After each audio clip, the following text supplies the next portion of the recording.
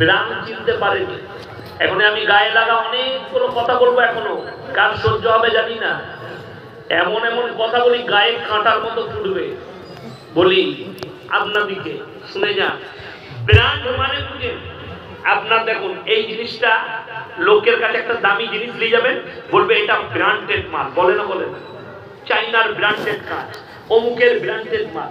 তো সমাজের লোক কিন্তু ব্র্যান্ড চিনতে পারে না। কেমন করে বুঝিয়ে দিই, আমি প্রতি বছর রাজ্যের বাইরে জলসা করতে যাই। আমি আসামের দাওয়াত নিই না, আমি ত্রিপুরার দাওয়াত নিই না, আমার দাওয়াত হায়দ্রাবাদ, মুম্বাই, মহারাষ্ট্র, আপনার ইলাহাবাদ, এই বাইরে যেগুলো টাউনশিপ, যেখানে এয়ারপোর্ট থেকে নেমে 30 কিলোমিটারের ভেতরে হবে, সেই দাওয়াত নিই আমি। হায়দ্রাবাদে আমি 2 বছর পর পর জলসা করেছি, এর আগের বছরও জলসা করেছি, এই বছরও করেছি। তো গতবারে আমি জলসা রাত 11টায় শেষ করেছি। তো আমার গ্রামের এলাকার ছেলেরা সোনার ব্যবসা করে আমাকে সঙ্গে করে নিয়ে গেল, হুজুর চলুন পেস্তা হাউসে নিয়ে যাবো, যেখানে হালিম বিখ্যাত। হালিম খেলাম, তারপরে জুস ফুস খাওয়ালে আমরা 4 মিনারে চলো। 4 মিনারে গিয়ে দেখছি অনেক কিছু বিক্রি হচ্ছে। তার মধ্যে একটা ঠেলা গাড়িতে একটা মুসলিম যুবক, সে হাত ঘড়ি বিক্রি করছে। তো একটা ব্ল্যাক কালারের ঘড়ি আমার পছন্দ হলো। हमने इसका कितना रुपया कीमत है? बोले मौलाना 200 रुपये। আমরা 150 में मिलेगा? बोले ले लीजिए। আমি 150 টাকায় কিনলাম, হাতে পড়ে নিলাম। সেই ঘড়ি পরেই আমি আমাদের দুর্গাপুর কাজী নজরুল ইসলাম এয়ারপোর্টে নামলাম সকালে 10টায় নেমেছি।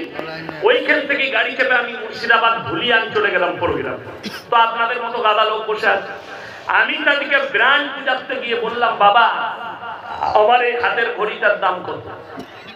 একজন বললে হুজুর 7,000, একজন বললে হুজুর 3,000, একজন বললে হুজুর 2,500, একজন বললে 1,500। যতজন বলেছে কেউ ভুল বলে নাই, সবাই ঠিক বলেছে। যদি বলেন কেন, তার একটাই কারণ বলে দিন। যে 7,000 বলেছে সে মনে মনে ভাবছে ইয়াসিন সাহেবের মতো বক্তার হাতে ঘড়ি যখন আছে, মালটা কুমা হবে না, ওটা মালটা বিরাট টেটি মাল। কথাটা বুঝতে পারেন? একটা গেল, সে কিন্তু বিরাট চিনতে পারেনি ঘড়িটার অরিজিনাল দাম কত, 150।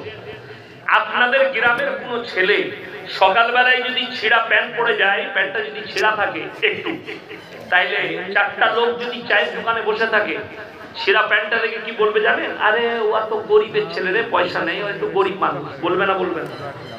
ওই ছিঁড়া প্যান্টটাই শাহরুখ খানকে পরিয়ে দেন, তখন বলবে ডিজাইনটা কি লাগছে বে, কোথায় পাওয়া যাবে বলতো? খালি লোকটা পাল্টি গেল, প্যান্টের দাম পাল্টি গেল। ঠিক বললাম না? ভুল বললাম? এরপর বিরাট আসল 5টা শুনেলেন, এখনো 5টা দিন, এরপর দিচ্ছি 5টা। আমাদের সমাজের লোক সমাজের হালটা শুনেলেন, আপনি কেমন ব্র্যান্ড চিনেছেন। আজকে আমাদের সমাজে একটা লোক, সে সুদ খায়, লোকের মেরে নাই, ভাইয়ের মেরে সম্পত্তি করেছে, তার খালি পয়সা আছে বলে সেই সুদ করকে বলে মসজিদের সেক্রেটারি কর। অথচ একটা ইমানদার হালাল খায়, চাষিবাসী লোক, 5 ওয়াক্তের নামাজি, মুখে দাঁড়িয়ে আছে, এই লোকটা 500 টাকা দান করলে আর কোনো দাম নাই। সুদখোর মসজিদে 50টা ফ্যান দান করেছে বলে ওকে চেয়ারটা ছেড়ে দে, ওকে মতওয়াল্লি কর। ঠিক বললাম না? ভুল বললাম? তাহলে তুমি কি করে ব্র্যান্ড চিনলে?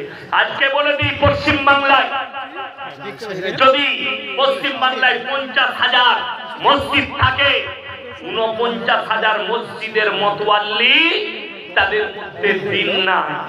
আপনি বলুন তো, হরিহর পাড়া কোন এই মুর্শিদাবাদ জেলার বড় বড় মাদ্রাসা দুটো, একটা হচ্ছে জলিলিয়া, একটা হচ্ছে সুরুলিয়া বেলনা। ঠিক বললাম না? ভুল বললাম? আর একটা আবার কাছে আছে সারগাছি।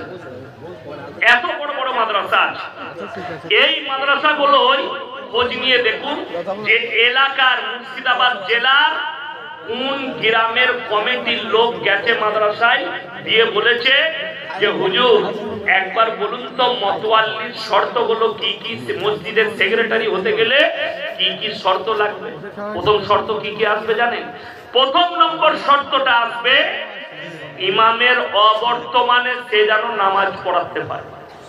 আর আমাদের দেশে মুর্শিদাবাদে 100টা যদি মসজিদ খোঁজা হয়, 90টা মসজিদের সেক্রেটারি হারাম করে নামাজই পড়েন। ঠিক বললাম না ভুল বললাম? যেহেতু আপনার জেলায় বসে আছি আমি,